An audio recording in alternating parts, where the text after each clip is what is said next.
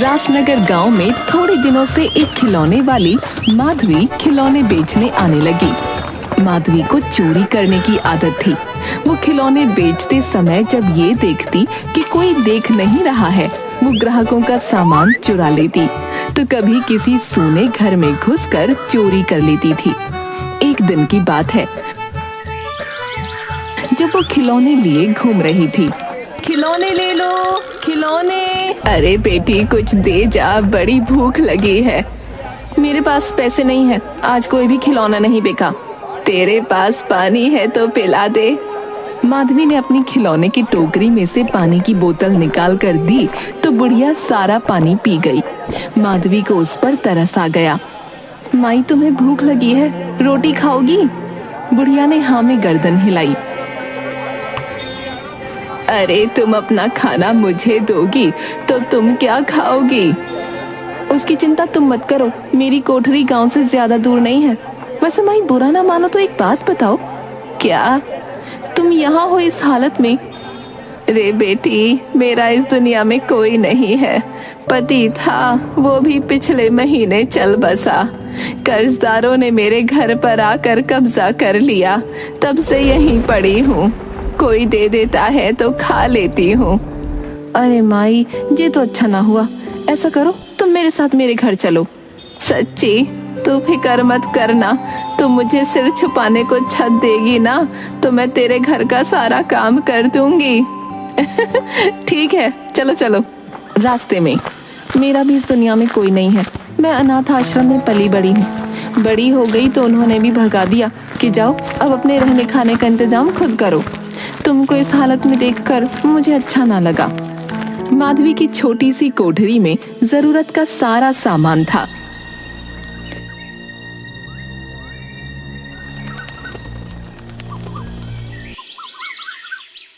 खिलौने ले लो, खिलौने, बंदूक, टेलीफोन, रसोई घर सब है। ए खिलौने वाली, तूने मेरी घड़ी देखी कहीं? उस दिन जब मैंने तुझसे खिलौना लिया था ना, उस दिन से मेरी घड़ी ना मिल रही। ना, मैंने ना देखी। अरे तेरी घड़ी ही नहीं, आजकल सबका सामान गायब हो रहा है। लगता है किसी शातिर चोर की नजर पड़ गई है गांव में। लो जी आपकी बंदूक। माधवी जब एक घर के पास से गुजर रही थी तो उसने खिड़की में से झांका, वहां कोई नहीं था। वो झट से अंदर गई और मेज पर पड़ी माला उठा ली। माई, ओ माई, देख मैं तेरे लिए क्या लाई हूँ। ये तो बड़ी सुंदर है और महंगी भी लग रही है। इससे तुम्हें क्या, तुम तो इसे पहनो। तू सच सच बता बेटी, इस घर में बहुत सामान है, तू कहाँ से लाती है? खिलौनों से इतनी कमाई तो ना होती होगी। बता मुझे, कहीं चोरी वोरी? ए माई, चोरी करने में बुराई भी क्या है? मांगने पर कोई देगा मुझे इतने पैसे? इतनी मेहनत करती हूँ, पैसा मिलता है थोड़ा सा। दो चार चीजें किसी की ले ली तो इसमें कुछ बुरा ना है, पर बेटी ये अच्छी बात ना है। माई मैं क्या करूँ, मैं अपने आप को रोक नहीं पाती। जे किसी दिन पकड़ी गई ते लोग मार मार के भुर्ता बना देवेंगे। माई मैं भी कोई कच्ची गोटी ना खेली हूँ, बचपन से जे काम कर रही हूँ, बहुत माहिर हूँ मैं। शातिर तो मैं हूँ ही, कोई ना पकड़ सके है। तुझे समझाना मेरा धर्म था, ऐसा ना किया कर बेटी। माई काम तो करती हूँ ना, पर तुम ही देखो, इस काम से हम दोनों को 2 टाइम की रोटी मिल जाए तो ही बहुत है। अब तुम मुझे उपदेश देना बंद करो, बहुत भूख लगी है, खाना दे दो। अगले दिन माधवी खिलौने बेचने आई। खिलौने ले लो, खिलौने, बंदूक, टेलीफोन, रसोई घर सब है। एक खिलौने वाली, रुक जरा मैं आती हूँ, गुड़िया के लिए टेलीफोन लेना है। औरत उसके पास आकर, लाल रंग का टेलीफोन दिखा तो। अरे इसमें से आवाज नहीं आ रही, आवाज वाला नहीं है क्या? गाने वाला है, बटन दबाते ही गाना बजता है, वो भी अंग्रेजी में। हाँ वही दिखा। माधवी ने बटन दबाया तो गाना बजा। मुझे अच्छा है, कितने का है? 5 रुपए का। बहुत महंगा दे रही है, कुछ कम कर। कम कहाँ करूं दीदी, महंगाई इतनी है। मुझे भी आगे से खिलौना महंगा ही मिलता है।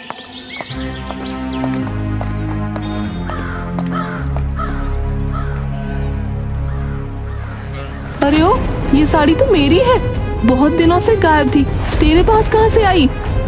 माधवी अपनी पहनी हुई साड़ी को हाथ लगा के, क्या कह रही हो दीदी, आपकी साड़ी? नहीं नहीं, ये तो मेरी है। अरे मेरी आंखें धोखा ना खा सकती, ये मेरी ही साड़ी है, चोरनी कहीं की। कसम से दीदी, ये तुम्हारी साड़ी नहीं है, मेरी बहन है नैना शहर में रहती है, उसी ने भेजी है वहाँ से। क्या तू भी इसके मुंह लग रही है? एक जैसी बहुत सी साड़ियाँ होती हैं, ये तेरी साड़ी उठाकर क्या करेगी? चल यहाँ से चलते हैं।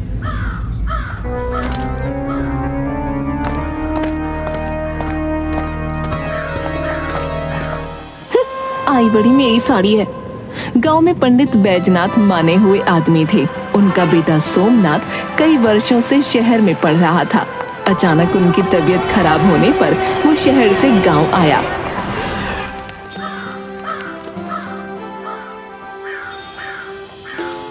पिताजी, आपकी तबीयत तो बहुत खराब लग रही है।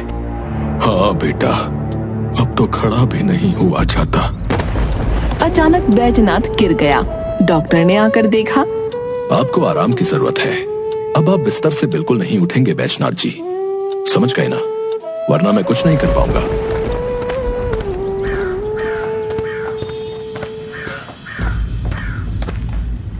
बेटा, मेरी हालत तो तूने देख ली है, अब ये घर तेरे हवाले है, सब कुछ तुझे संभालना है बेटा। कहां फंस गया घर वर के चक्कर में, घर के काम और मैं। दोपहर के समय बैजनाथ अपने घर में सोया हुआ था और सोमनाथ रसोई में था। यार, ये खाना बनाना भी बड़ा मुश्किल काम है। यहाँ इस गांव में कोई मुफ्त में काम करने को तैयार नहीं है। अब मैं घर का खर्चा चलाऊं, पिताजी की दवाई लाऊं या रुपयों का इंतजाम करूं, पर ये घर के काम बड़ी मुसीबत है यार। तभी वहाँ से खिलौने वाली गुजर रही थी। उसने दरवाजे में झांक कर देखा, अंदर कोई नहीं था। वो धीरे से अंदर घुसी। मेज पर एक चिप रखी हुई थी। इतनी सी चीज क्या है? उसने चिप को अपने गले में पहने हुए लॉकेट में डाल दिया। तभी सोमनाथ के चीखने की आवाज आई। आई रे, अरे मेरा हाथ, मेरा हाथ। चीख सुनकर माधवी वहां भागकर चली गई।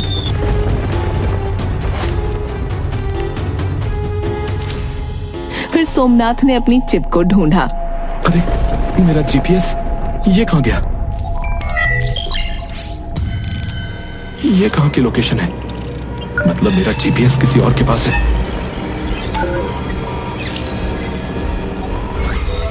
खिलौने ले लो, खिलौने ले लो। वो जैसे जैसे इधर उधर जाने लगी, लैपटॉप में लोकेशन दिखने लगी।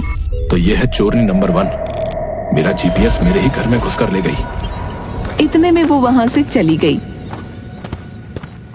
सोमनाथ लैपटॉप पर उसकी लोकेशन देखने लगा और थोड़ी देर बाद ये चौधरी के घर में गई, अब सेठ के घर में। कुछ देर बाद बड़ी सेठानी बाहर आकर चिल्लाने लगी। अरे ये क्या हो गया? अब तो इस गांव में दिन दहाड़े चोर घुसने लगे हैं, कोई कुछ करता क्यों नहीं? क्या हुआ सेठानी? घर में 3000 रुपए रखे थे, अभी थोड़ी देर पहले तो देखे थे मैंने, अब गायब है। भाई पूरा घर छान मारा। पता नहीं क्या हो रहा है, यहाँ आए दिन चोरी बढ़ती जा रही है।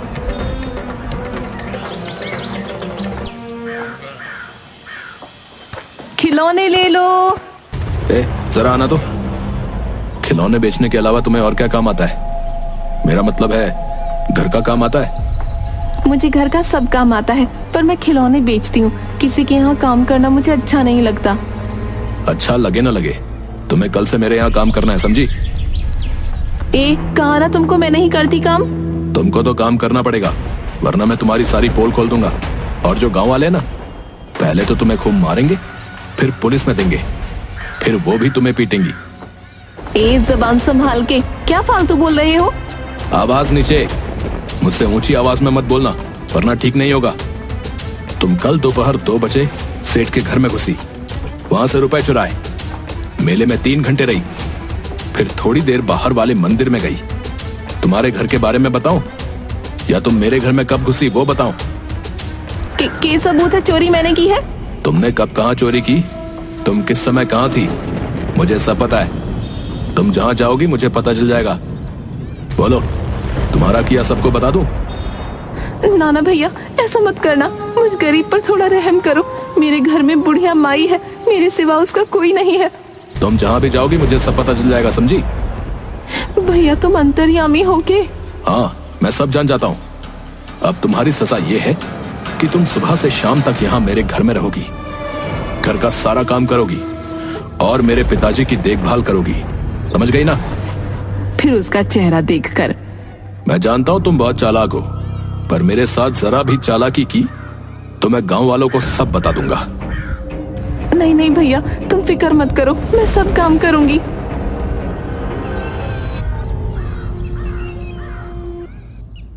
माधवी सुबह सुबह सोमनाथ के घर आकर सारा काम करने लगी। जब वो कपड़े सुखा रही थी, एक खिलौने वाली तुमने खिलौना बेचना छोड़ दिया क्या? हाँ दीदी, खिलौनों से तो इतनी कमाई होती नहीं थी कि घर चल जाए, इसलिए अब भैया के यहाँ काम करती हूँ। पंडित जी की तबीयत खराब रहती है और उनका बेटा शहर से आया है तो दिक्कत हो रही थी। वैसे कितने पैसे दे रहा है तुझे? सच्ची बताऊं दीदी, ये भैया ना एकदम कंजूस आदमी है, कंजूस मक्खी चूस। मुझे पहले पता होता तो बिल्कुल काम ना करती, पर पंडित जी की हालत देखकर मुझे उन पे तरस आ गया, इसलिए कर रही हूँ। बेटी जरा पानी तो देना। माधवी कपड़े छोड़कर अंदर चली गई। हे राम, सुबह से काम कर करके थक गई, इनके घर का काम खत्म नहीं होता कि खाना बनाओ। तभी सोमनाथ आ गया। अच्छा, तो महारानी जी यहाँ बैठकर आराम फरमा रही हैं। ऐसा मत कहो भैया, सारा काम खत्म करके बस अभी अभी बैठी थी कि तुम आ गए। ज्यादा जुबान मत चलाओ। ये लो रुपए, बाजार से राशन लेकर आओ। ये काम भी मैं करूं? तुम नहीं करोगी तो कौन करेगा? और हाँ, सीधी जाना और जल्दी आना, और हिसाब में गड़बड़ी की तो सोचना भी मत। हिसाब में गड़बड़ी की तो सोचना भी मत? मैं तो खाली चोर हूँ, तू तो घंटाल आदमी है। माधवी एक पेड़ के नीचे जाकर बैठ गई।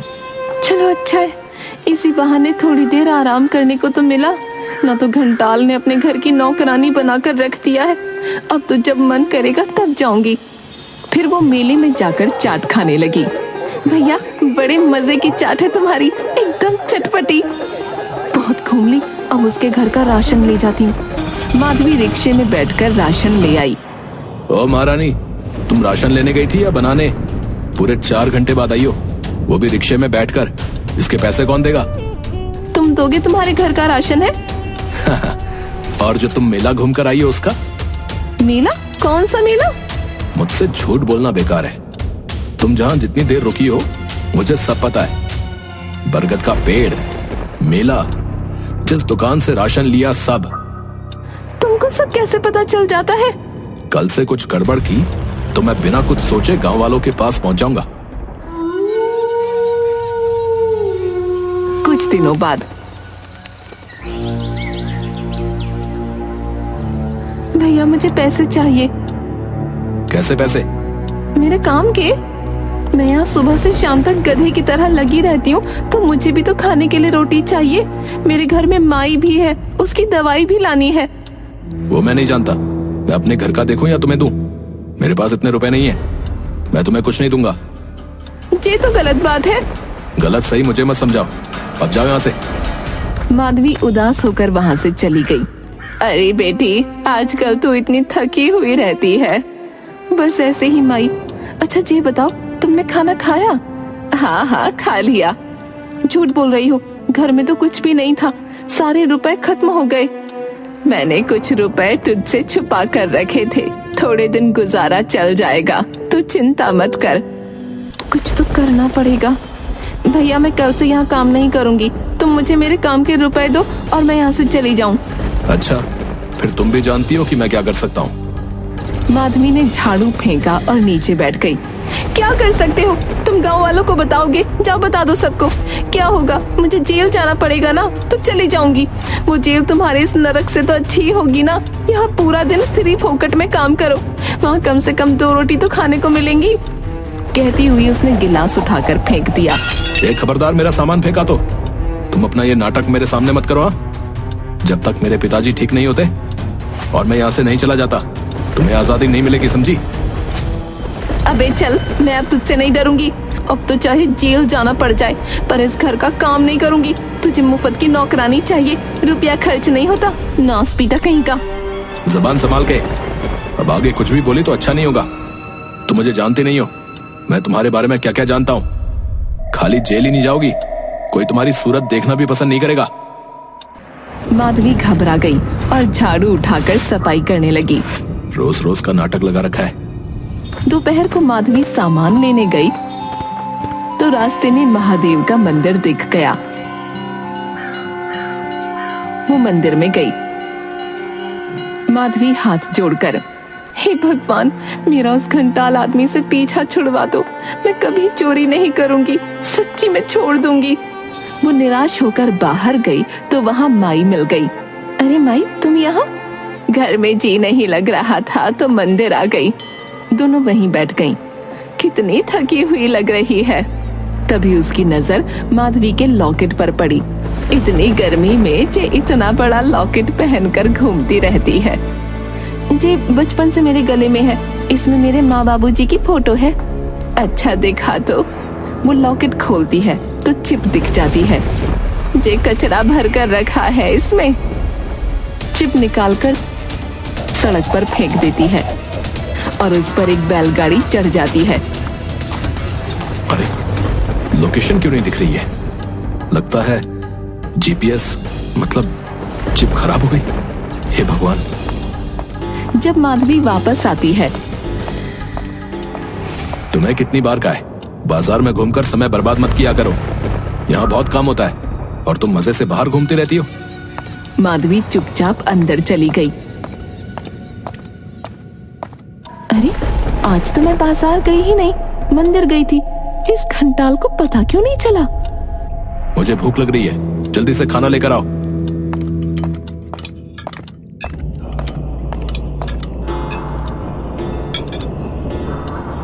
मैं दुकान पर सामान भूल गई हूँ।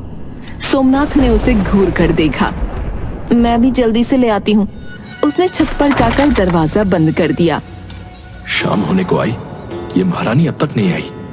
जाने कहाँ घूम रही है।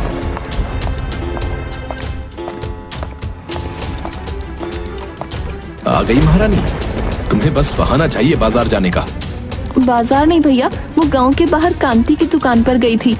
हाँ हाँ, मेरा मतलब भाई दुकान कह रहा था मैं। भैया मैं भूल गई, मैं कांति की दुकान पर नहीं, मेले में एक दुकान है वहाँ गई थी। अच्छा हाँ, मैं वही तो कह रहा था। मतलब घंटाल आदमी की घंटागिरी निकल गई। उसने हाथ में लिया हुआ डब्बा फेंका और आंगन में आकर चिल्लाने लगी। अरे सुनो गांव वालों, सुनो, देखो ये भैया मुझ गरीब पर क्या जुल्म ढा रहे हैं। गांव वाले इकट्ठा हो गए। अरे क्या हुआ, शाम ढली इतना क्यों चिल्ला रही है? मैंने सोचा था जे भैया अच्छा आदमी है, पर जे तो बहुत खराब है। मुझसे इतने दिन से कुत्ते की तरह अपने घर का काम करवा रहा है। अब पैसे मांग रही हो तो बोलता है नहीं दूंगा। दीदी तुम ही बताओ जे क्या बात है? हाँ बात तो सही है भैया, ये बहुत काम करती है, मैंने खुद देखा है इसे। अब ये सोमनाथ इसकी मेहनत के पैसे नहीं देगा तो ये तो ठीक नहीं है। ए सोमनाथ, बाहर निकल, छिपकर मत बैठ, बाहर आ।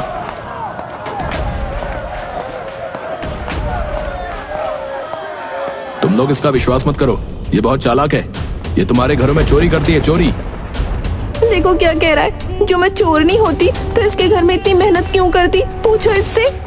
बता भाई, ये क्या कह रही है? वो तो ये। हाँ हाँ बोलो, चुप क्यों हो गए? भाई सीधी बात है कि तुम इसको इसकी मेहनत के रुपए दे दो, क्योंकि हम सब गवाह हैं। इसने तुम्हारे घर में खूब मेहनत की है भाई। हम तुम्हें इसके साथ अन्याय न करने देंगे। सोमनाथ ने उसे रुपए दे दिए। तुम शेर हो तो मैं सवा शेर हूँ, मुझसे चालाकी तुमको महंगी पड़ गई। अब थारे यहाँ काम करे मारी जुत्ती।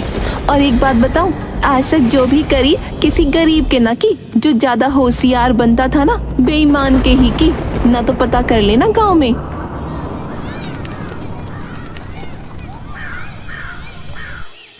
माई अब इस चोरी चकारी के काम से बाहर निकलना है मुझे। अरे बेटी, इसी काम के लिए तो मैं आई थी। क्या कहा माई? कुछ नहीं कुछ नहीं, मैं बोल रही थी तुम बस मिट्टी के बर्तन और अलग अलग तरह के खिलौने बनाओ और कुछ लकड़ी के खिलौने बनाना मैं तुम्हें सिखा दूंगी। क्या सच में माई? आपको बताए मेरी माँ लकड़ी के बहुत अच्छे खिलौने बनाया करती थी।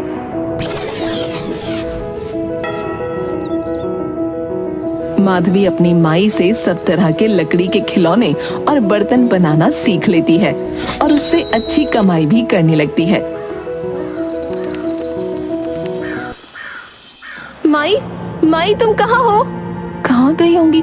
आज से पहले तो कभी ऐसे बिना बताए नहीं गई। तभी माधवी को सामने रखा लकड़ी का एक गुड्डा दिखाई दिया। अरे ये किसने बनाया? क्या? नहीं नहीं, ये माई ने बनाया है मेरे लिए। क्या माई मेरी अम्मा ही थी? तभी आसमान से एक आवाज आई। हाँ बेटी, मैं बूढ़ी माई बनकर तुझे सही रास्ते पर लाना चाहती थी और अब तू खूब अच्छे से काम कर और अच्छा जीवन जी। किसी अच्छे से लड़के से शादी कर अपना संसार बसा। खुश रह बेटी। ये गुड्डा वही है जो बचपन में मैंने तुझे बना कर दिया था, तेरा राजकुमार। इतना बोलकर वो गायब हो गई। माधवी वहीं बैठकर रोती रही। खिलौने ले लो, खिलौने, खिलौने ले लो।